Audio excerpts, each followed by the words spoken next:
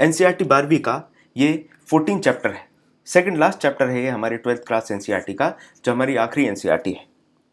इस चैप्टर में हम ऐसी बात करेंगे जिसके बारे में आप पिक्चरों में देख चुके हैं। काफ़ी जानकारी होगी आपको, बहुत सारी पिक्चर हैं जिनका मैं आपको नाम बताऊंगा तो आपको समझ में आ जाएगा, और उसके साथ में आपको पिक्चर के एक एक सीन से समझ में आएगा कि आखिर किताब में जो लिखा है वो शायद किताब पढ़ के पिक्चर लिखी गई है या पिक्चर लिख के किताब लिखी गई है पिक्चर देख के। तो दोनों बहुत ही क्लियरली आपको समझ में आएंगे। ये चैप्टर में बस आपको कनेक्ट करने की कोशिश करनी है। तो आज का चैप्टर जो है वो है पार्टीशन के बारे में, और सामान्यतः से पार्टीशन की बात नहीं करी जाएगी, यहाँ पर पॉलिटिक्स की बात करी जाएगी। जो लोग हैं उनके क्या एक्सपीरियंसेस हैं, उनकी क्या यादें हैं, उनके बारे में भी इस चैप्टर में चर्चा है। ओवरव्यू में सबसे पहले पार्टीशन को समझेंगे। हम देखेंगे किस तरीके के एक्सपीरियंस थे पार्टीशन के। इसको पार्टीशन कहना क्या सही होगा, या फिर ये होलोकॉस्ट था जैसा हिटलर ने नाजी पार्टी में, जो हिटलर था जर्मनी में, उन्होंने किया था। फिर स्टीरियोटाइप्स क्या हैं, ये पावर्स ऑफ स्टीरियोटाइप क्या है, इस चीज के बारे में देखेंगे। पार्टीशन कैसे और कब हुआ, या फिर क्यों और कैसे हुआ। जो 1937 का इलेक्शन था, उसके बाद जो कांग्रेस मिनिस्ट्रीज बनी, उनसे क्या रिपरकशन, उनसे क्या कनेक्शन है इस पार्टीशन का। पाकिस्तान रेजोल्यूशन कब आती, इसके बारे में देखेंगे। ये जो पार्टीशन होता है एकदम से, ये क्यों हो रहा है, एकदम क्या ऐसा घड़ी आन पड़ी थी, ऐसी कौन सी नौबत थी कि पार्टीशन करना पड़ा। सेकेंड वर्ल्ड वॉर के बाद क्या डेवलपमेंट्स हुई, इसकी चर्चा करेंगे, और हम बात करेंगे पार्टीशन की तरफ कैसे एक एक कदम बढ़ता जा रहा था। लॉ एंड ऑर्डर की सिचुएशन जो बद से बदतर हो जाती है, जिसकी वजह से लगभग 7 लाख लोगों की जान चली जाती है इस पार्टीशन की पर्टिकुलर एक्सरसाइज में, उसको देखेंगे। यहां पर बात करेंगे गांधी जी की वन मैन आर्मी। इसके साथ महिलाओं पे क्या यातनाएं, क्या बुरी बुरी परेशानियां, अजीब अजीब सी चीजें देखने मिली। अजीब मैं इसीलिए कह रहा हूं क्योंकि जब आप इन किस्सों को सुनेंगे तो आपको लगेगा कि जैसे इंसान अपनी इंसानियत भूल गया है। इसके साथ रीजनल वेरिएशंस की बात करेंगे, कैसे अलग अलग जगहों पर इस चीज का अलग अलग असर पड़ रहा था। और 3 सवाल, हेल्प, ह्यूमैनिटी और हार्मनी, इन तीनों के बारे में भी हम फाइनली इस चैप्टर में चर्चा करेंगे। सबसे पहले आप देखिए, इमेजिन करिए कि आप पार्टीशन के समय इंडिया से पाकिस्तान जा रहे हैं। सही मायने में आप मान के चलिए आपकी इंडिया में बढ़िया जमीन है, बढ़िया मकान है, भारत में आपको पाकिस्तान जाना है। क्या आप अपनी जमीन और अपना मकान उठा के ले जाएंगे? बिल्कुल नहीं ले जा सकते। आपको वहां पर जाके स्क्रैच से, जीरो से स्टार्ट करनी होगी अपनी पूरी कहानी। आपके पूरे परिवार को जीरो से स्टार्ट करनी होगी कहानी।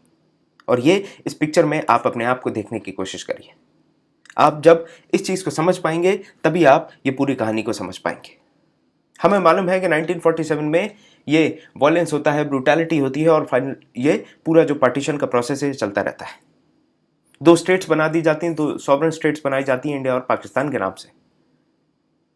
इसके बारे में भी हमें मालूम है कि वेस्ट और ईस्टर्न विंग बनाई गई थी इस चीज की, जिसके बाद 1971 में लड़ाई के बाद ये बांग्लादेश के नाम से आ जाता है। यहां पर इंपॉर्टेंट बात यह है देखना कि ये जो चेंजेस हैं वो इतने एक्सट्रीम थे कि यहां पर नरसंहार होता है, जेनोसाइडल वायलेंस होता है माइग्रेशन के साथ में। ये फोटोग्राफ्स दिखाई जा रही हैं कि किस तरीके से वायलेंस हो रहा था, कि घर के घर निस्तनाबूद कर दिए जाते थे, मिट्टी में मिला दिए जाते थे। इसके आगे आप देखिए तो जो पार्टीशन है, इसके 3 इंसिडेंट्स को नोट करा जाता है। एक रिसर्चर, इंडियन रिसर्चर जाते हैं पाकिस्तान में 1993 में, और ये इंसिडेंट्स को नोट करते हैं कि किस किस तरीके की परेशानियां, क्या क्या सिचुएशंस और वायलेंस को फेस करना पड़ा था। इसके ऊपर पूरी स्टडी करते हैं एक रिसर्चर जाके। कहा जाता है लगभग 1 करोड़ लोग बेघर हो गए थे, एक जगह से उठ के दूसरी जगह चले गए थे। साथ में यह भी बात है कि 7 लाख लोगों ने अपनी जान गंवाई। आप देखिए ये हाल था। इस तरीके से ट्रेनें जो हैं वो भरी हुई जाती थी एक तरफ से दूसरी तरफ। तो जैसा मैंने आपको बताया कि 7 लाख के आसपास लोग मारे गए। इसके साथ महिलाएं जो हैं उनका बलात्कार कर दिया गया, या फिर उनको किडनैप कर लिया, अबडक्ट कर लिया, उठा के ले गए। लाखों से लोग अपने घरों से, जो अपनी जड़ों से जुड़े थे, जिनकी पुश्तें एक ही जमीन पे खाई, एक ही घर में रहीं, आज उनको वो घर, वो जमीन छोड़ के जानी पड़ रही है, और वो दूसरे शहर में एक अनजान जगह में रहने वाले हैं, रेफ्यूजी बन के। ये स्थिति आ जाती है। आप देखिए ये बताया जा रहा है, एस्टिमेट लगाया जाता है कैजुअलिटीज का 2 लाख से 5 लाख के आसपास, बल्कि सही मायने में देखा जाए तो काफी ज्यादा कैजुअलिटी थी। जो ऑफिशियल आंकड़ा होता है उससे कहीं ज्यादा कैजुअलिटीज हुई थी। आप ये देखिए, लगभग 15 मिलियन लोगों के लिए व्यवस्था बनानी पड़ी थी, रेफ्यूजी कैंप्स वगैरह बनाने की ज़रूरत पड़ गई थी इंडिया और पाकिस्तान के फ्रंटियर्स पे, जो उनकी बॉर्डर्स हैं उन पे। अब 1 मिलियन मतलब 10 लाख होता है, आप समझ गए होंगे 15 मिलियन का मतलब। आप देखिए, बात करी जा रही है कि कैसी ब्रुटैलिटीज़ थी, क्या सिचुएशंस थी, इसके बारे में देखें। सबसे पहले जो आपकी इमूवेबल प्रॉपर्टी है वो आप कहीं नहीं ले जा सकते। जो भी आपकी मूवेबल एसेट्स हैं, चाहे वो सोना चांदी हो या फिर आपकी भेड़ बकरी हो, जो आपके जानवर हो, गाड़ी घोड़ा हो, उन्हीं को आपको ले जाना है। आप अपने रिश्तेदारों को, दोस्तों को वहीं पीछे छोड़ जाएंगे और आपकी जो खूटा है, मूरी, ये जो खूटा होता है, मूर होता है, उस खूटे को छोड़ के जाना है। जैसे जानवर का एक खूटा होता है, वो उसी से बंधा रहता है, उसी के इर्द गिर्द घूमता रहता है, उसी तरीके से इंसान का भी एक खूटा होता है, उसका घर, उसकी ज़मीन। वो सारी चीज़ें जो हैं, उसकी जो बचपन की यादें हैं, वो सब छोड़ के वो एक जगह से दूसरी जगह जा रहा है। उनका जो रीजनल कल्चर है, लोकल कल्चर है, उसको भी कहीं ना कहीं आप देखेंगे उसको पीछे छोड़ के जाना पड़ेगा। सवाल यह है, क्या ये सिंपली पार्टीशन था? क्या ये सिर्फ बंटवारा था? या फिर एक कॉन्स्टिट्यूशनल अरेंजमेंट थी? या फिर आप देखिए, ये था क्या? ये जो डिवीजन है, क्या ये टेरिटरीज और एसेट्स बस का बंटवारा है? और अगर ये सिर्फ बंटवारा है तो इसमें होलोकॉस्ट की बात क्यों करी जा रही है? यहाँ पर देखिए, बैलगाड़ियों में इस तरीके से परिवार अपनी जो ज़रूरत की सामान है उसको भर के एक शहर से दूसरे शहर, इंडिया से पाकिस्तान या पाकिस्तान से इंडिया जा रहे हैं। अब बात आ रही है कि यहाँ पर 16 महीने एक सिविल वॉर चलती है। सिविल वॉर जैसा पूरा माहौल बन जाता है और एक इंडिया के लोग जो हैं वो पाकिस्तान के लोगों को सफाया करने में लगे हैं और पाकिस्तान के लोग जो हैं वो इंडिया का सफाया करने में लगे हैं। ट्रेन की ट्रेन, आपने गदर पिक्चर देखी होगी अगर, तो आपको पता होगा कि ट्रेन की ट्रेन लाशों से भरी आती थी। एक जगह से जब दूसरी जगह ट्रेन जाती है तो लाशों से भरी ट्रेनें आती थी। जो 1947 की यातनाओं को सरवाइव करे हैं वो बताते हैं मार्शल लॉ, मतलब मार्शल लॉ के बारे में बताते हैं, मारा मारी के बारे में बताते हैं कि जान लिया जाता है, और रौला और हुल्लर मतलब डिस्टर्बेंस और ट्यूमल्ट, अप्रोर, बहुत परेशानियाँ, बहुत ज़्यादा डिस्टर्ब सिचुएशन के बारे में बात करते हैं।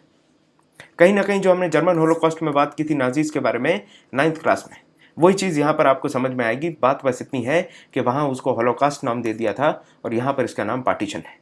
और पार्टीशन नाम जो है वो एक माइल्ड इमेज, एक हल्की इमेज हमारे दिमाग में बनाने का प्रयास करता है। और जब पार्टीशन की इमेज आती है तो हमें लगता है कि शायद छोटा मोटा बस खून खराबा हुआ होगा और लोग जो है वो एक जगह से दूसरी जगह पहुंच गए होंगे। और जब होलोकॉस्ट की बात करते हैं तो हमें लगता है कि भारी तादाद में नरसंहार हुआ है। नाजीज के केस में क्या था आपको पता है? नाजी जर्मनी में कि जो स्टेट है वो स्टेट स्पॉन्सर कर रही थी, वो टेक्निक्स का यूज़ करती थी, वो गैसेस का यूज़ करेगी, गैस चैम्बर का यूज़ करेगी, या फिर अलग अलग जो कंसंट्रेशन कैंप्स हैं उनमें इतनी क्लेंजिंग होती थी, सिर्फ जो यहूदी हैं, ज्यूश लोग जो है उनको मारा जाता था। यहाँ पर उसका उलट क्या होता है? जो सेल्फ स्टाइल्ड रिप्रेजेंटेटिव हैं, जो किसी भी धर्म के कम्युनिटीज़ के रिप्रेजेंटेटिव हैं, वो अपने आप को उसका रिप्रेजेंटेटिव नाम मान के एक दूसरे की जान ले रहे थे। ये हो रहा था पार्टीशन में। तो दोनों तरफ आप देखेंगे क्या मेजर डिफरेंस है। एक तरफ स्टेट इसको चला रहा था, स्टेट इसको सारी चीज़ें जो है वो स्टेट ड्रिवन थी, और दूसरी तरफ जो इंडिया का केस था, इंडिया पाकिस्तान का केस था, उसमें लोग जो हैं वो अपने अपने तौर पे अपने आप को रिप्रेजेंटेटिव घोषित करके ये बंटवारे में इस तरीके की एथनिक क्लेंसिंग कर रहे थे। अब स्वाभाविक सी बात है, जो भी सर्वाइव करते हैं, पार्टीशन की बात करते हैं, इंडिया में अगर कोई होगा तो वो पाकिस्तान का हेटर बन जाएगा, क्योंकि उसने अपने लोगों को इंडिया जब आ रहे थे तब मरते हुए देखा। जो पाकिस्तान जा रहे हैं उनने देखा होगा उसकी उलट तस्वीर, तो वो वहाँ पर नफरत कर रहे हैं। और इसी वजह से आज इंडियन मुस्लिम की जो लॉयल्टी है उनके ऊपर सवाल उठाए जाते हैं। कभी भी अगर कोई बात कह दी जाए किसी इंडियन मुस्लिम के द्वारा तो उनसे कहा जाता है कि आपको अगर यहाँ रहना पसंद नहीं आ रहा तो आप पाकिस्तान चले जाइए, या फिर उनकी जो लॉयल्टी है मदरलैंड को लेके उसके ऊपर भी सवाल उठाए जाते हैं। उनसे स्टीरियोटाइप कर दिया जाता है उनको, जैसे कि आपको बताया जाए कि मुस्लिम जो हैं उनको इंडिया में स्टीरियोटाइप किया जाता है कि बहुत ज़्यादा क्रूअल होते हैं, क्रूर होते हैं, बैगॉट होते हैं, मतलब इनको अपना रिलीजन सही लगता है, ये बहुत गंदगी से रहते हैं, अनहाइजीनिक तरीके से रहते हैं। और इनके जो पूर्वज हैं, इनके जो डिसेंडेंट्स हैं, वो पहले इन्वेड करते थे, इन्वेडर्स हैं, इन्वेडर्स के बच्चे हैं, या फिर ये इन्वेडर्स की पुश्ते हैं। दूसरी तरफ हिंदूज को देखा जाता है जैसे कि काइंड और लिबरल हार्टेड हैं, साफ सुथरे हैं, और साथ में ये जो हैं चिल्ड्रन ऑफ इन्वेडेड है, मतलब जो इन्वेड करा है उनके बच्चे। अब यहाँ पर ये वाली जो सिचुएशंस हैं ये डिफिकल्ट हो जाती हैं। जो स्टीरियोटाइपिंग है ये अभी भी चल रही है, और इंडिया में भी भरपूर ये स्टीरियोटाइपिंग चलती है और पाकिस्तान में भी चलती है। आप देखिए, अगर इंडिया में कोई इलेक्शन हो रहा है और उसमें पाकिस्तान की बात ना हो तो ऐसा कैसे हो सकता है। दिल्ली इलेक्शन में इसी तरीके की बात करी जा रही थी कि जो शाहीन बाग है वो पाकिस्तान बन गया है। कोई नेता अगर लिबरल आइडियोलॉजी की बात करता है या फिर ऐसा बात करता है कि हमें जो इंडिया पाकिस्तान का इशू है उसको सॉल्व करना चाहिए, या फिर इंडियन मुस्लिम्स के बारे में अगर बात करता है बढ़ चढ़ के, तो उससे कहा जाता है कि इनको पाकिस्तान भेज दो या फिर तुम पाकिस्तान चले जाओ। तो इस तरीके की चीज़ें आज भी चल रही हैं और 1947 इस चीज़ की जड़ बनी थी। अब दूसरी तरफ पाकिस्तानियों के बारे में हम बात करें तो पाकिस्तानी अलग तरीके से इस चीज़ को फ्रेम करते हैं। वो कहते हैं जो पाकिस्तानी मुस्लिम्स हैं वो गोरे हैं, बहुत ज़्यादा ब्रेव हैं, बहुत ज़्यादा करेजियस हैं, एक भगवान को मानते हैं, मोनोथियस्टिक हैं और मांस खाते हैं, मीट ईटर हैं। दूसरी तरफ हिंदुओं को वो काली चमड़ी का डरपोक, बहुत सारे भगवानों को मानने वाला और साग सब्जी खाने वाला कहते हैं। तो एक तरफ इंडिया में अलग उन्होंने अपनी डेफिनेशंस बनाती हैं, स्टीरियोटाइप पैदा कर दिया है, और पाकिस्तान में अलग तरीके से स्टीरियोटाइप है। इंडिया में हिंदुओं को बढ़ा चढ़ा के बताया जा रहा है और मुसलमानों को भी लिटिल करा जा रहा है, मुस्लिम्स को भी लिटिल करा जा रहा है, और पाकिस्तान में मुस्लिम्स को बढ़ा चढ़ा के बताया जा रहा है और हिंदूज को भी लिटिल करा जा रहा है।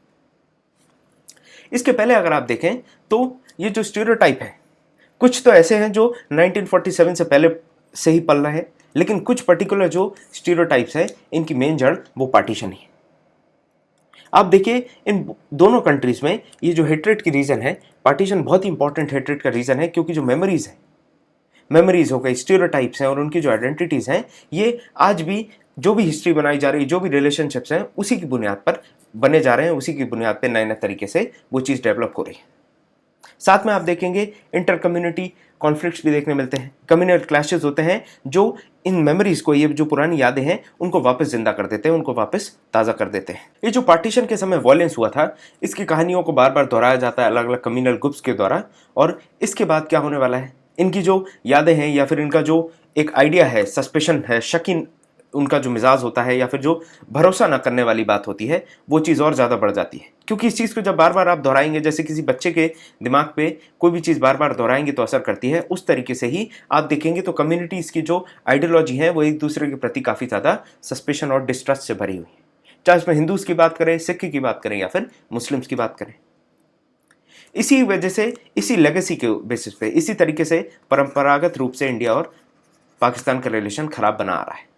जो कम्युनिटीज़ हैं उनका परसेप्शन भी आप देखेंगे दोनों तरफ तो काफ़ी कॉन्फ्लिक्टिंग है, क्योंकि उनकी जो मेमोरीज़ हैं वो ख़राब हैं और उन्हीं पुरानी मेमोरीज़ के साथ जी रहे हैं, उन्हीं को बार बार रिपीट करा जा रहा है कम्युनिटीज़ के द्वारा, जिसकी वजह से जो सस्पेशन और डिस्ट्रस्ट है वो आज भी ख़त्म नहीं हो पाया है। यहाँ पर फिर से देखिए, ये लोग उतना ही सामान ले जा रहे हैं जितना वो फिजिकली कैरी कर सकते हैं। जो कोई धनी थे, जिनके पास घोड़ा गाड़ी बैलगाड़ी थे, उन्होंने उस पर लाद दिया, जिनके पास ऐसा कुछ नहीं था वो अपने कंधे पे जितना लाद पाए उतना लेके निकल गए। रिसेंटली सलमान खान की एक पिक्चर आई थी भारत, उसमें भी थोड़ा बहुत सीन दिखाया था, पार्टीशन के बारे में बताने का प्रयास किया था।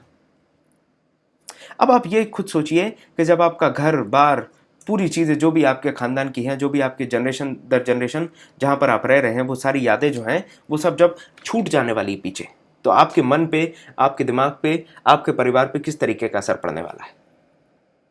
अब इससे सवाल आता है कि क्यों और कैसे हुआ था ये बंटवारा। इसके बारे में जान लेते हैं कि ये बंटवारा क्यों हुआ था और कैसे हुआ था।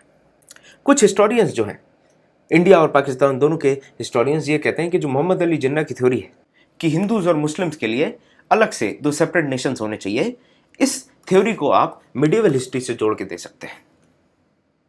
आप देखिए, ये जो कनेक्शंस है, हिंदू और मुस्लिम का जो कॉन्फ्लिक्ट की जो कहानी है, ये बहुत पहले की है, ये मिडिवल टाइम से चली आ रही हैं, और ये मिडिवल से मॉडर्न टाइम तक आप पूरी एक लाइन ड्रॉ कर सकते हैं, ट्रेस कर सकते हैं पाथ को कि यहाँ से कॉन्फ्लिक्ट चालू हुआ था और यहाँ से ये अभी तक चला आ रहा है। पर हिस्टोरियंस कुछ इंपॉर्टेंट बातें मिस कर देते हैं, जैसे कि अगर कॉन्फ्लिक्टिंग सिचुएशंस आ रही थी तो इसके बावजूद भी आप देखेंगे तो कल्चरल चेंजेस भी हो रहे हैं, जो म्यूचुअल कल्चरल एक्सचेंज हो रहा है वो भी तो देखा जा रहा है। ईद और दिवाली भी तो साथ में मनाई जा रही है। इस तरीके के जो फीचर्स थे इनको मिस कर देते हैं हिस्टोरियंस। साथ में हिस्टोरियंस इस चीज़ को भी मिस कर देते हैं कि जो सर्कमस्टांसेस है उनमें भी चेंज आ रहा है, और जिसकी वजह से लोगों की जो सोच है उसमें भी बदलाव आने वाला है। तो सर्कमस्टेंशियल इन्फ्लुएंस की बात नहीं कंसिडर कर रहे हैं हिस्टोरियंस, और साथ में जो म्यूचुअल एक्सचेंज होता है कल्चर्स का, उसको भी इग्नोर करा जा रहा है। इसके साथ में आप देखेंगे जो पार्टीशन है ये कम्युनल पॉलिटिक्स के साथ शुरू होता है। कम्युनल पॉलिटिक्स इसकी पहली सीढ़ी बनती है, और धीरे धीरे आप देखेंगे 20वीं सेंचुरी में जैसे ये कम्युनल पॉलिटिक्स एंटर करेगी, 1909 आपको पता है सेपरेट इलेक्टोरेट मिल जाता है मुस्लिम्स को। इसके बाद 1919 तक इसको और ज़्यादा एक्सपेंड करा जाता है। 1916 में इसको एक्सेप्ट भी कर लिया जाता है आईएनसी के द्वारा, जब लखनऊ पैक्ट होता है। तो यहां से आपको एक चीज समझ में आ रही है कि धीरे धीरे ये जो सेपरेट इलेक्टोरेट वाला सीन है, ये कम्युनल पॉलिटिक्स को उजागर करेगा, कम्युनल पॉलिटिक्स को हवा देगा, और बाद में जाके ये एक सेपरेट नेशन बनने की तैयारी हो जाने वाली है। अब वो कैसे हो जाने वाली है, मान के चलिए एक्स अमाउंट ऑफ सीट्स जो हैं वो मुस्लिम्स के लिए रिजर्व कर दी गई हैं। तो यहां पर मुस्लिम्स की बात करी जाएगी, सिर्फ मुस्लिम्स की बात करी जाएगी, मुस्लिम से वोट मांगे जाएंगे और उनको अपीस करा जाएगा। तो कहीं ना कहीं एक पर्टिकुलर रिलीजन को आइडेंटिटी बना के उसके हिसाब से पॉलिटिक्स होने लगती है, और जो कि कम्युनल पॉलिटिक्स है। सेपरेट इलेक्टोरेट में क्या हो रहा है, जो मैंने आपको बताया कि कॉन्स्टिट्यूएंसीज जो है वो फिक्स कर दी जाएंगी, रिजर्व कर दी जाएंगी मुस्लिम्स के लिए। अब जैसे लोगों को लुभाना है, पॉलिटिशियंस जो है वो क्या करेंगे, जो पर्टिकुलर कॉन्स्टिट्यूएंसी के लोग हैं, जो एक पर्टिकुलर रिलीजन को बिलीव करते हैं, उनको लुभाने के लिए क्या करेंगे, वो ऐसे स्लोगन्स, ऐसे सेक्टेरियन स्लोगन्स बोलेंगे या फिर ऐसे स्पीच देंगे जो कि सिर्फ उनको लुभाएं। बाकी लोगों को बुरा लग जाए कोई बात नहीं, क्योंकि चुनाव में वोट कौन देने वाला है, यहां पर हम बात करें तो मुस्लिम कम्युनिटी वोट देने वाली है। तो जो भी बात करी जाएगी वो मुस्लिम्स को रिझाने वाली बात करी जाएगी, उनके जो रिलीजियस ग्रुप्स हैं उनके फेवर में बात करी जाएगी। अब इससे कहीं ना कहीं आप देखें तो रिलीजियस आइडेंटिटीज डेवलप हो रही हैं। हिंदू कहेंगे ये हमारी स्पीच नहीं है, या फिर ये हमारे स्लोगन्स नहीं है, मुस्लिम्स कहेंगे ये तो हमारे स्लोगन्स है। तो इस तरीके से एक रिलीजियस आइडेंटिटी डेवलप करने की बात करी जाती है, यहां पर एक रिलीजियस सेंसिटिविटी डेवलप हो जाती है। इससे धीरे धीरे और इलेक्टोरल पॉलिटिक्स बढ़ने वाली, हिंदू सीट्स अलग होंगी, मुस्लिम सीट्स अलग होंगी, और इन पे अलग अलग तरीके से एम्फेसिस करा जाएगा। साथ में आप देखेंगे फेथ और बिलीफ की बात करी जाती है। तो पहले बात करी जाती थी कि सिर्फ सिंपल डिफरेंस है फेथ और बिलीफ के, जो तरीका है भगवान को मानने का, जो पूजा करने का, वो बस अलग है। लेकिन आप धीरे धीरे देखेंगे हॉस्टिलिटी बढ़ जाती है, दंगे फसाद हो जाते थे, ऑपोजिशन होने लगता है एक दूसरे के तौर तरीकों का, एक दूसरे के बिलीव्स और फेथ का। एक तरफ आप देखें तो इंडियन पॉलिटिक्स पे ऐसा माना जाता है कि सेपरेट इलेक्टोरेट का उतना गहरा असर नहीं था। सीधा मतलब ये है कहने का कि हम सेपरेट इलेक्टोरेट का ये पॉलिटिक्स है, इस पे हम इतना ज़्यादा एम्फेसिस नहीं कर सकते, इस पे इतना ज़्यादा जोर नहीं डाल सकते कि यही सिर्फ एक महत्वपूर्ण वजह था पार्टीशन होने का। इसके अलावा और भी बहुत सारी वजह थी जिसकी वजह से पार्टीशन एक समय के बाद इनएविटेबल हो जाता है। उसमें एक महत्वपूर्ण सिचुएशन आई थी जब आर्य समाज, जो भी कन्वर्ट हो गए थे मुस्लिम्स में, उनको शुद्धि मूवमेंट और इस तरीके की चीज़ें करा के वापस हिंदू में कन्वर्ट कर देते थे। हिंदू रिफॉर्म ऑर्गेनाइजेशन बनाई गई थी, जिसमें क्या करा जाएगा, पंजाब में पर्टिकुलरली एक्टिव थी, वैदिक लर्निंग के ऊपर एम्फेसाइज करा जाता था, शुद्धि मूवमेंट चालू हो गई थी।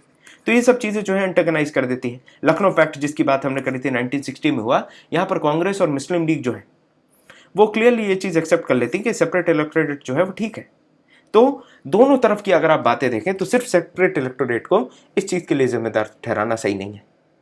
इसके अलावा आप देखेंगे तो कम्युनल टेंशन्स भी बढ़ते जा रहे हैं। 1920-30s में आप देखेंगे तो कम्युनल टेंशन्स कैसी बढ़ रही हैं कि जैसे ही मस्जिद में अजान बोली जाती है, अजान पढ़ी जाती है, और अजान के समय पर ही यहाँ से हिंदू क्या करते थे, गाने बजा देते थे, या फिर काउ प्रोटेक्शन मूवमेंट चालू हो जाएगी तो म्यूजिक बिफोर मॉस्क के तरीके की चीज़ें करने लगे, तो वो एंटोगनाइज करने वाली हरकतें शुरू कर दी गई थी।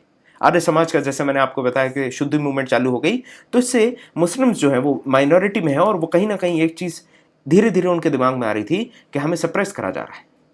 मुस्लिम्स की नमाज के टाइम पे ही आपने म्यूज़िक बजा दिया, मान के चलिए कोई रीजनल जो आपका रिलीजियस म्यूज़िक है वो बजा दिया, या फिर आपने किसी भी तरीके का म्यूज़िक प्ले करने लगे, शुद्धि मूवमेंट करके आप कन्वर्शंस करा रहे हैं।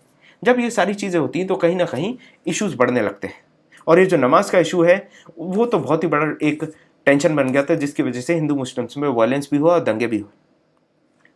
इसके साथ में आप देखेंगे तो जो मुहर्रम और आपने देखा होगा दुर्गा पूजा और इस तरीके के जब फेस्टिवल्स आते हैं, उस समय भी अगर इस प्रकार की कोई चीज़ होती थी तो दंगा भड़कने की परिस्थिति बन जाती थी, राइट्स जो है होने की पॉसिबिलिटीज़ बन जाती थी। इवन दो ये सिनेरियो तो आज भी आपको इंडिया में देखने मिलता है। रिसेंटली बंगाल में इस तरीके की खबरें सुनने मिली थी। धीरे धीरे आप देखेंगे जो तबलीग है, तबलीग और तंजिम जो है, इनके जो प्रोपेगेंडा और ऑर्गेनाइजेशन हैं ये धीरे धीरे एक्सपैंड कर रहे थे मुस्लिम्स के। अब जब ये एक्सपैंड करेंगे तो हिंदूज इस चीज़ से नाराज हो जाने वाले हैं। क्यों? क्योंकि ये देखते हैं कि काफ़ी रैपिड एक्सपेंशन हो रहा है। इससे क्या होने वाला है, इसके अगेंस्ट आप देखेंगे तो कम्युनल एक्टिविटीज चालू होने वाली हैं, लोगों को मोबिलाइज करने की बात करी जाती है, कम्युनिटीज को इस तरीके से सेंसिटाइज करा जाएगा, उनको इस तरीके की बातें सिखाई जाएंगी जिससे डिफरेंसेस और ज़्यादा बढ़ जाएंगे। फिर कम्युनल राइट्स चालू हो जाते हैं, जो कम्युनिटीज़ हैं वो धीरे धीरे आप देखेंगे वायलेंस करने लगेंगे, एक दूसरे से लड़ने लगेंगे, और ये भी स्थिति को और ख़राब कर देते हैं। पर अभी भी पार्टीशन इसका आउटकम है ये बोलना सही नहीं होगा। इसका आउटकम सिर्फ कम्युनल टेंशन है, यहां तक आप पहुंचे। अब मैं ये क्यों कह रहा हूं कि सिर्फ कम्युनल डिसहार्मनी इन सारी चीजों से बढ़ रही थी, जो कम्युनिटी का वायलेंस है उससे कम्युनल इश्यूज आ रहे थे बस। वो इसीलिए क्योंकि एक पिक्चर है गर्म हवा। अब इस पिक्चर में ये दिखाया गया है कि पार्टीशन में किस तरीके की स्थिति थी। यहां पर बताया जा रहा है कि जो कम्युनल डिस्कॉर्ड है, ये जो कम्युनल क्लैशेस हैं, राइट्स जो हैं, ये 1947 के पहले भी होते थे, लेकिन कभी भी ऐसा नहीं हुआ कि करोड़ों लोगों को अपनी जड़ से उखाड़ के दूसरी जगह रख दिया जाए, जो कि पार्टीशन में हमें देखने मिला कि जब मिलियन ऑफ पीपल अपने घरों को छोड़कर दूसरी जगह जाने पर मजबूर हो गए थे। पार्टीशन जो है इसमें एक क्वालिटेटिव डिफरेंस है, जो पहले के कम्युनल पॉलिटिक्स था उससे हटके है ये पार्टीशन। अब इसको अगर हमें समझना है तो हमें आखिरी के कुछ दशकों में, जो लास्ट डेकेड्स में, जो ब्रिटिश रूल के कुछ लास्ट डेकेड्स थे, उनमें कुछ जो इवेंट्स हुई हैं उनको बड़ी बारीकी से देखने की जरूरत है। तभी जाके हमें समझ में आएगा कि आखिर क्यों ये पार्टीशन हुआ। अब इसके पहले हम समझते हैं कि कम्युनलिज्म क्या है। देखिए, हम सबकी आइडेंटिटीज होती हैं, लड़का लड़की, फिर उसके बाद हम शायद हो सकता है अपने नाम के हिसाब से, आपका जो नाम है वो आपकी आइडेंटिटी है, आपका जो सरनेम है वो आपकी आइडेंटिटी बन जाएगा, आप जहां जिस इलाके में रहते हैं वो आपकी आइडेंटिटी बन जाएगा। कास्टिज्म है, अगर आप कास्टिस्ट आइडियोलॉजी के हैं तो आप कास्ट को भी एक आइडेंटिटी मानते हैं, कास्ट के हिसाब से कम्युनिटी बन जाती है, रिलीजन के हिसाब से कम्युनिटी बन जाती है, तो वो अलग अलग आइडेंटिटीज होती हैं। कम्युनलिज्म में सही मायने में ये एक इस तरीके की पॉलिटिक्स है जिसमें एक पर्टिकुलर कम्युनिटी को एक पर्टिकुलर रिलीजियस आइडेंटिटी के हिसाब से इकट्ठा कर लिया जाएगा, यूनिफाई करा जाएगा। और यूनिफाई करेंगे तो भाई साहब आप यूनिफाई कब होंगे? देश संकट में है जब बताया जाएगा तभी जाके तो इकट्ठे होंगे। यहां पर यह बता दिया जाता है कि रिलीजियस आइडेंटिटी अपनी बढ़ाई जाएगी और दूसरे की कोई ऑपोजिशन में ले लिया जाएगा, एक विलन ले लिया जाएगा। दूसरी कम्युनिटी को आपको डिफेम करना है, एक बाइगॉट अप्रोच डेवलप करेंगे आप और एक अपनी कम्युनिटी तैयार करेंगे, उसको यूनिफाई करेंगे और अपने जो भी काम होने वाले हैं, जो फंडामेंटल आइडियाज होंगे आपके, वो इसी तरीके से चलेंगे। ये सीधा सीधा जो पॉलिटिक्स होती है ना कि अपनी कम्युनिटी को आगे बढ़ाना, उसी के हिसाब से सोचना और बाकी कम्युनिटीज को अपोज करना, यही सीधे सीधे फॉर्म में कम्युनलिज्म है। हम बात करें 1937 में जो प्रोविंशियल इलेक्शंस हुए थे और कांग्रेस मिनिस्ट्रीज जो बनी उसके बारे में। सबसे पहले जो इलेक्शन होते हैं वो 1937 में होते हैं प्रोविंशियल लेजिस्लेचर के लिए। इसमें आप देखेंगे 10 से 12% जो सीट है पॉपुलेशन की, उनको ही सिर्फ वोट देने का अधिकार था। तो 10 से 12% लोग जो थे पॉपुलेशन में, उनको वोट देने का अधिकार है। तो वोट देने का अधिकार बहुत कम लोगों को है। इसके बाद आप देखेंगे जो कांग्रेस है उसने बढ़िया किया था इलेक्शन में, उन्होंने बढ़िया काम किया था। इसका मतलब यह है कि बहुत सारी जो प्रोविंसेस थे उनमें इनको एब्सोल्यूट मेजोरिटी मिली थी। सीधे मायने में देखें तो 5 आउट ऑफ 11 प्रोविंसेस में इनको मेजोरिटी मिली। तो यहां पर आप देखेंगे 7 जगह पर इन्होंने अपनी गवर्नमेंट बना ली, बाकी बच गए 4। आप देखिए जो मुस्लिम के लिए रिजर्व थी कॉन्स्टिट्यूएंसीज, उसमें कांग्रेस का इतना अच्छा परफॉर्मेंस नहीं था, पर उन जगहों पर मुस्लिम लीग का भी अच्छा परफॉर्मेंस नहीं था, मुस्लिम लीग भी काफी पुअरली परफॉर्म करती है। आप देखें लीग जो है वो सिंगल सीट भी नहीं जीत पाती है एनडब्ल्यूएफपी में, जो नॉर्थ वेस्टर्न फ्रंटियर प्रोविंसेस था उसमें एक सीट भी नहीं मिलती है। और उसके अलावा आप देखें सिर्फ 2 सीट, 84 रिजर्व कॉन्स्टिट्यूएंसी सीट जो पंजाब में थी उसमें से सिर्फ 2 सीट्स और 3 सीट 33 में से सिंध में। तो हर ही जगह पर आप देखें, चाहे एनडब्ल्यूएफपी की बात करें, पंजाब की बात करें, सिंध की बात करें, कहीं पर भी मुस्लिम लीग का परफॉर्मेंस अच्छा नहीं था। मुस्लिम लीग की जानकारी लें तो 1906 में मुस्लिम लीग को ढाका में बनाया जाता है। धीरे धीरे इसका एक्सपेंशन होता है और ये उत्तर प्रदेश और उसके आसपास के जो इलाकों में मुस्लिम एलिट्स थे वो इस पार्टी से जुड़ते हैं, इस मूवमेंट से जुड़ते हैं। ये मांगे रखेंगे कि हमें मुस्लिम्स के लिए, जहां पर भी मुस्लिम मेजोरिटी का इलाका है वहां पर ऑटोनॉमी दी जाए। इसकी मांग करते रहते हैं। फिर सब कॉन्टिनेंट में ऑटोनॉमी होनी चाहिए, एक पीस ऑफ लैंड हमारा होना चाहिए, एरिया हमारा होना चाहिए, और फाइनली यही मांग रखते रखते पाकिस्तान बन जाता है। उसकी दूसरी तरफ हिंदू महासभा की बात करें तो 1915 में इसको फाउंड करा जाता है। ये हिंदू पार्टी है जो नॉर्थ इंडिया में काफी ज्यादा पॉपुलर रहती है और इसका एम क्या था कि जो हिंदूज हैं सोसाइटी के, उनको आपको काफी एनकरेज करना है और जो कास्ट डिवीजन है, सेक्ट डिवीजन है, उनको खत्म करना है। सीधा सीधा मतलब इनका यह था कि आपको अपनी हिंदू आइडेंटिटी को रीएनफोर्स करना है, इसको प्रॉपर्ली डिफाइन करना और मुस्लिम आइडेंटिटी को आपको अपोज करना है। तो 2 पार्टीज, 2 आपने देख लिया, थीसिस और एंटीथेसिस आपने देख लिए, मुस्लिम लीग और हिंदू महासभा। हम बात करें जो प्रोविंशियल इलेक्शंस हो रहे हैं 1937 में, जैसा मैंने आपको बताया कि कांग्रेस ने बढ़िया किया, लेकिन मुस्लिम लीग जो है वो एनडब्ल्यूएफपी पंजाब और इसके साथ में सिंध में काफी कम सीट जीत पाई। अब यूपी की बात करें तो मुस्लिम लीग जो है वो एक जॉइंट गवर्नमेंट बनाने का सोच रही थी कांग्रेस के साथ, लेकिन कांग्रेस जो है उन्हें एब्सोल्यूट मेजोरिटी जीत ली थी।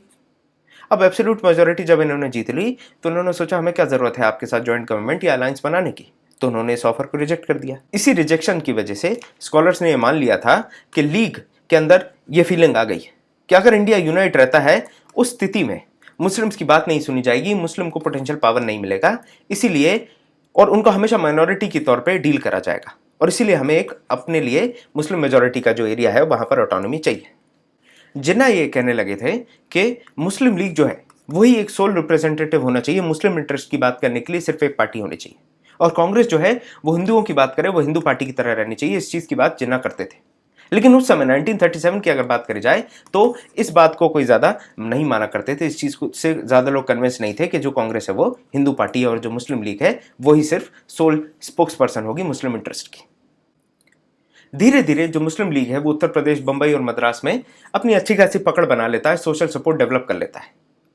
लेकिन पाकिस्तान जिन स्टेट्स, जिन प्रोविंसेस को मिलकर बनना था, वहां पर लीग की पकड़ उतनी अच्छी नहीं थी। मैंने अभी आपको बताया कि एनडब्ल्यूएफपी में इनको सीटें नहीं मिल रही हैं, पंजाब और सिंध में भी बड़ा बुरा हाल है।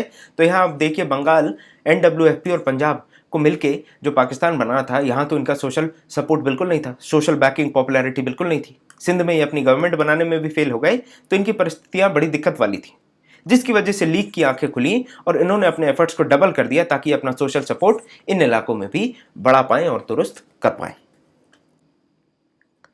कांग्रेस की जो मिनिस्ट्रीज थी उन्होंने भी इस खाई को बढ़ाया। अब उस खाई को किस तरीके से बढ़ाया, तो ये देखिए जो यूनाइटेड प्रोविंस है वहां पर मुस्लिम लीग ने एक ऑफर दिया था कि आप हमारे साथ एक कोलिशन गवर्नमेंट बना लीजिए, पर कांग्रेस ने इसको रिजेक्ट कर दिया। क्यों? क्योंकि लीग लैंडलॉर्ड्स को सपोर्ट करती थी, लैंडलॉर्डिज्म को सपोर्ट करती थी, और कांग्रेस इसको अबॉलिश करना चाहती थी। तो दोनों की कॉन्ट्रास्टिंग आइडियोलॉजीज थी, जिसकी वजह से इन्होंने एक साथ आने का जो फैसला था वो नहीं किया। साथ में आप देखिए तो जो मुस्लिम मासेज हैं उनसे भी कांटेक्ट बढ़ाने में कांग्रेस काफी ज्यादा असमर्थ रही। जो भी इन्होंने प्रोग्राम्स लॉन्च किए उससे खासा फर्क नहीं पड़ा, जो मुस्लिम मास कांटेक्ट है वो डेवलप नहीं कर पाए। इसके साथ में कांग्रेस हमेशा सेक्युलरिज्म या फिर रेडिकल लिबर्टरिज्म की बात करती थी, जिसकी वजह से जो भी कंजर्वेटिव मुस्लिम्स हैं और साथ में जो मुस्लिम के आपके देखेंगे जो एलिट ग्रुप्स हैं वो इनसे एंटेगनाइज हो गए, उनसे नाराज हो गए, जिसकी वजह से मासेस जो है मुस्लिम वो भी कांग्रेस की तरफ ज्यादा झुकाव नहीं रख रहे थे। इसके साथ में आप देखिए जो कांग्रेस लीडर्स हैं 1930 के आसपास, आपको मालूम है वो सोशलिज्म, सेक्युलरिज्म इस तरीके की बातें करने लगे थे, पर सही मायने में कांग्रेस पार्टी के अंदर ही इस तरीके की चीजें मिस कर रही थी। जो कांग्रेस मिनिस्ट्रीज हैं उनमें ही इस तरीके के जो सेक्युलरिज्म के आइडियाज हैं ये मिस कर रही थी। मौलाना आजाद एक इंपॉर्टेंट बात रखते हैं, कांग्रेस के एक इंपॉर्टेंट लीडर हैं, ये एक चीज हाईलाइट करते हैं। 1937 की बात है, कांग्रेस के किसी भी मेंबर को यह अलाउ नहीं किया गया था कि आप लीग के भी मेंबर रहो, मतलब दोनों आप लीग के मेंबर नहीं हो सकते अगर आप कांग्रेस के मेंबर हो, लेकिन अगर आप कांग्रेस के मेंबर हो तो आप हिंदू महासभा के मेंबर रह सकते हो। इस चीज को हाईलाइट किया गया था मौलाना आजाद के द्वारा। फिर 1938 में इस चीज को अलग किया गया कि जो भी कांग्रेस का मेंबर है वो हिंदू महासभा का भी मेंबर नहीं हो सकता। इसके साथ में हिंदू महासभा और राष्ट्रीय स्वयंसेवक संघ जो है आरएसएस, ये भी धीरे धीरे अपनी पकड़ बढ़ाते जा रहे थे। ये नागपुर से शुरू होते हैं और यूपी और पंजाब में भी अच्छी खासी अपनी फॉलोइंग बढ़ा लेते हैं। 1930s आते आते तक ये कंट्री के बहुत सारे पार्ट्स में फैल गए थे। इसके अलावा आप देखें तो 1940s की अगर हम बात करें तो आरएसएस के पास लगभग 1 लाख ट्रेंड और हाईली डिसिप्लिन्ड कैडर थे, जो कि प्लेज करते थे इंडियन आइडियोलॉजी और इंडियन नेशनलिज्म के ऊपर। सही मायने में ये कन्विंस कर चुके थे कि जो इंडिया है वो लैंड ऑफ हिंदूज है। अब जब इस तरीके की एक्टिविटीज होंगी तो जो माइनॉरिटी में है वो अपने आप घबरा जाएंगे, और कहीं ना कहीं देखा जाए तो यही हुआ था। जो माइनॉरिटीज हैं वो घबरा गए थे कि अगर इंडिया आज़ाद होता है इस स्थिति में तो हमें बहुत ज़्यादा दबाया जाएगा, हमारी तो सुनवाई ही नहीं होगी कहीं। और यही जो एक तरीके का डर है कहा जाता है, इसके वजह से धीरे धीरे मुस्लिम लीग अपने जो एफर्ट्स हैं उनको बढ़ाती जा रही है, बंगाल में, एनडब्ल्यूएफपी में और पंजाब में, जो कि पार्टीशन के बाद बनने वाला है पाकिस्तान। इसके आगे की चर्चा हम इसके सेकंड पार्ट में करेंगे। इस लेक्चर में यहीं तक। Thank you for watching.